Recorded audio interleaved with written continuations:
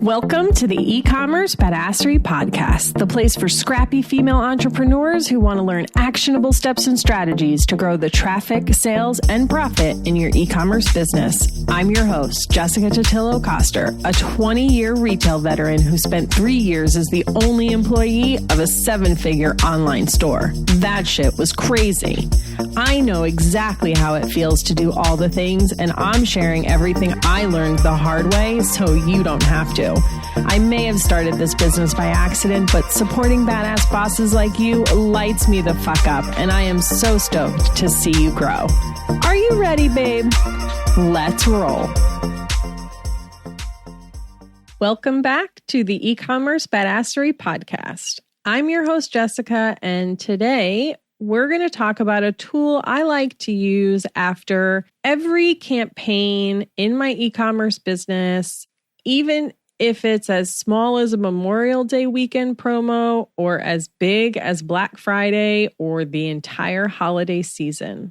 It's June 2020. We are halfway through the year and we want to start planning for the back half of the year. And this is the perfect tool for you to sort of assess where you're at and what you might want to do moving forward. Before we get into all of that, let's talk about the fact that it is June of 2020. And this year has been a roller coaster. We have seen some very terrible things, some very amazing, wonderful, inspiring things.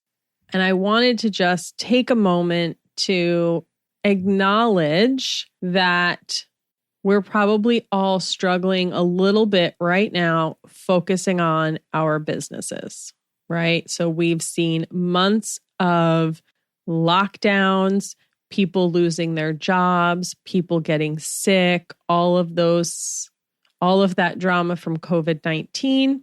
And for the last week or so from when I'm recording this episode, we have witnessed a movement, the Black Lives Matter movement, the uprising, which most of us maybe have never even seen in our lifetime or have not seen in a very long time.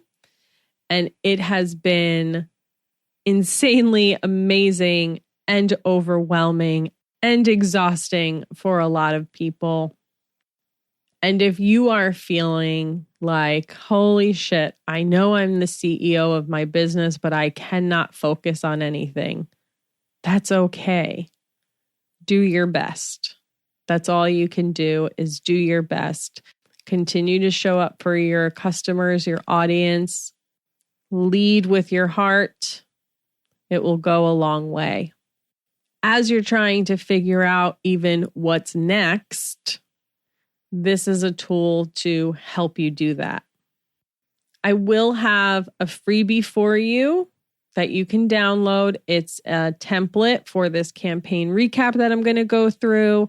You can get it at ecommercebadassery.com/11. And you can scroll down and it'll be right there in the show notes for you as well.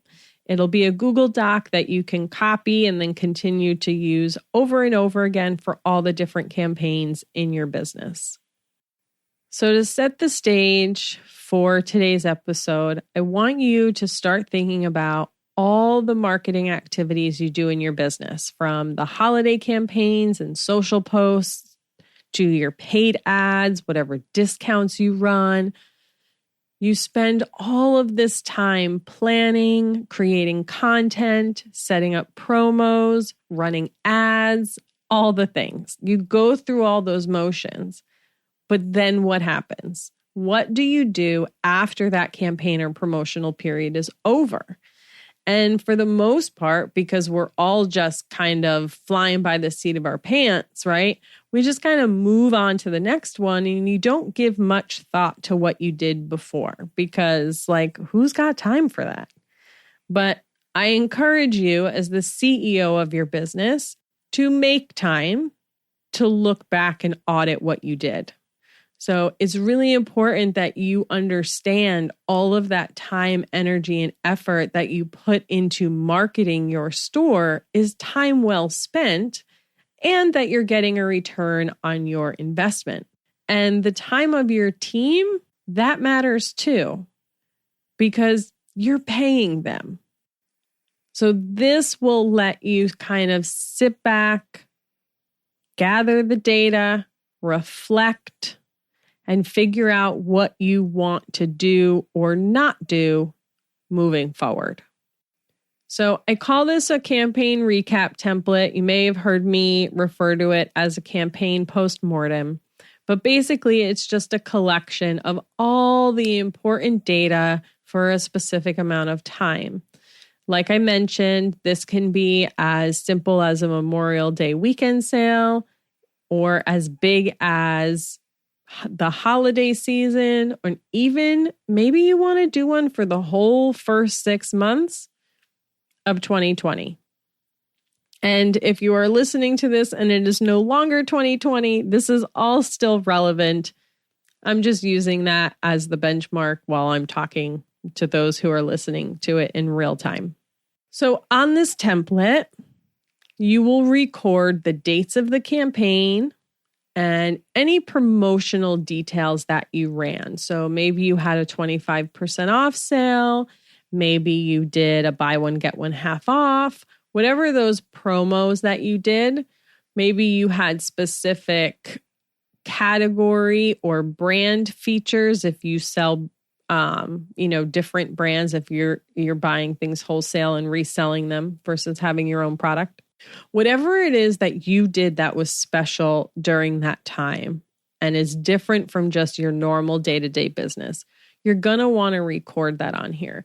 So you're going to see numbers like your total revenue, how much traffic you had during that time, what was your conversion, how many transactions, your average order value, your units per transaction, your return customer rate. So you're going to have those high-level numbers. And then you're also going to record the results for each individual promo that you ran, any brand feature, category feature, etc.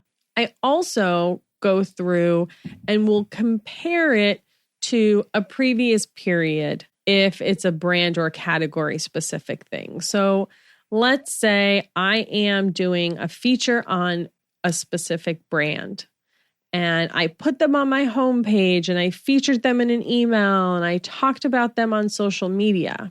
Well, now I want to know if all of that extra effort actually helped me sell more units or make more revenue from that brand. So I'm going to also record either my last year's numbers, or maybe it is, if I'm recording this for 2 weeks, maybe I look at how much of that brand I sold the 2 weeks before that. So I want to see if there was any increase, because if I'm just selling the same number of units and if I'm giving a discount on them and I didn't sell more than I sold the previous 2 weeks, like, was it really worth all that extra effort?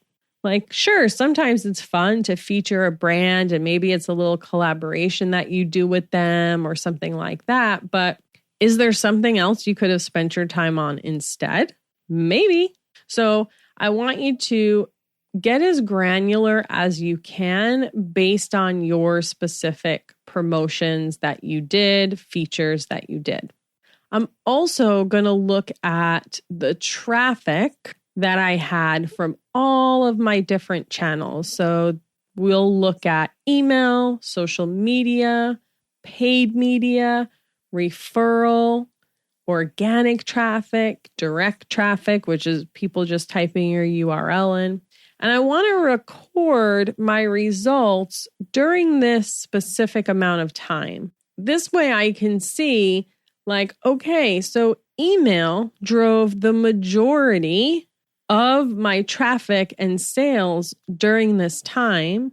And my paid advertising, while I didn't lose money on it, right? But it didn't really drive a significant piece of my business during this specific time frame. So maybe I know for next year, let's use holiday as an example, because guys, it's only 6 months away. Maybe I know next year I'm going to put more effort into my email and work on optimizing that and do like the bare minimum for my paid advertising, because you want to double down on what works and pull back on what doesn't. You hear me say that all the time, I know, but double down on what works and pull back on what doesn't. Maybe you worked with some influencers, and so you want to look at maybe your referral traffic if they're a blogger. Maybe you want to look at your social traffic if they were just promoting you on Instagram, and see, did you see a lift during that time? Did you see a lift in traffic? Did you see more revenue? And look, when you're working with influencers, it's not necessarily always about that monetary ROI. Sometimes it's just about visibility and awareness. However you go into it, make sure that you're actually getting that out of it. But you won't know unless you sit down and analyze the results. And mind you, this is outside of your regular weekly reporting that we talked about a few episodes ago. This is specific to this particular campaign that you did.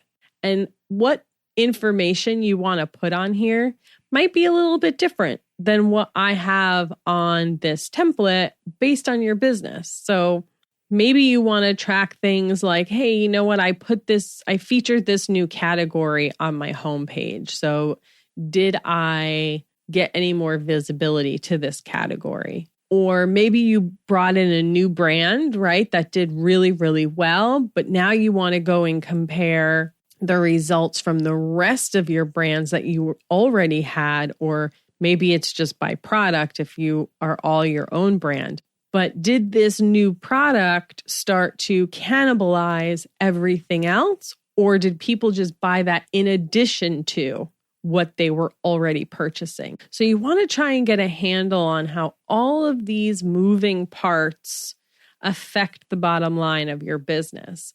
And so when you sit down and you look at the numbers, because you know the data doesn't lie, it makes it much easier to sort of visualize and figure out what is moving the needle in your business and where you want to spend more of your time. In addition to all the numbers, there are 3 open-ended questions that I want you to answer every time you create one of these. And if you have a team, whether it's your customer service people, whoever does your fulfillment, internal or external, doesn't matter. I want you to talk to everyone who has a hand in your business, because they're all going to have a little bit of a different perspective than you do.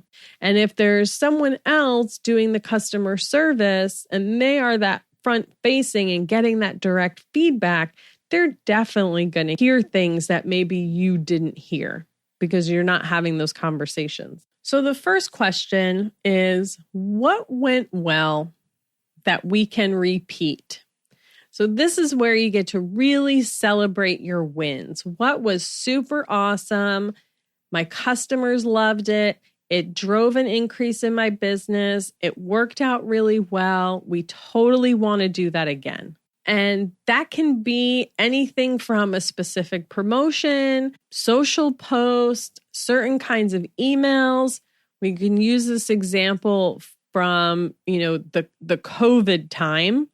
For instance, I saw a lot of companies got a little bit more personal in their emails, right? Started to add a little bit more messaging kind of from the heart, giving more of a voice to the brand, and just kind of talking to them about, hey, like, we're all in this together, right? And in all of the feedback that was sort of going around on the internet, like Klaviyo was doing a poll every day. That's something I did in the emails I was sending. And there was a very positive response to that. We could see the increase in engagement within the email and sales on the back end of that. So that's something that you want to record and that you want to keep doing because it worked really well and your customers were really connecting to that.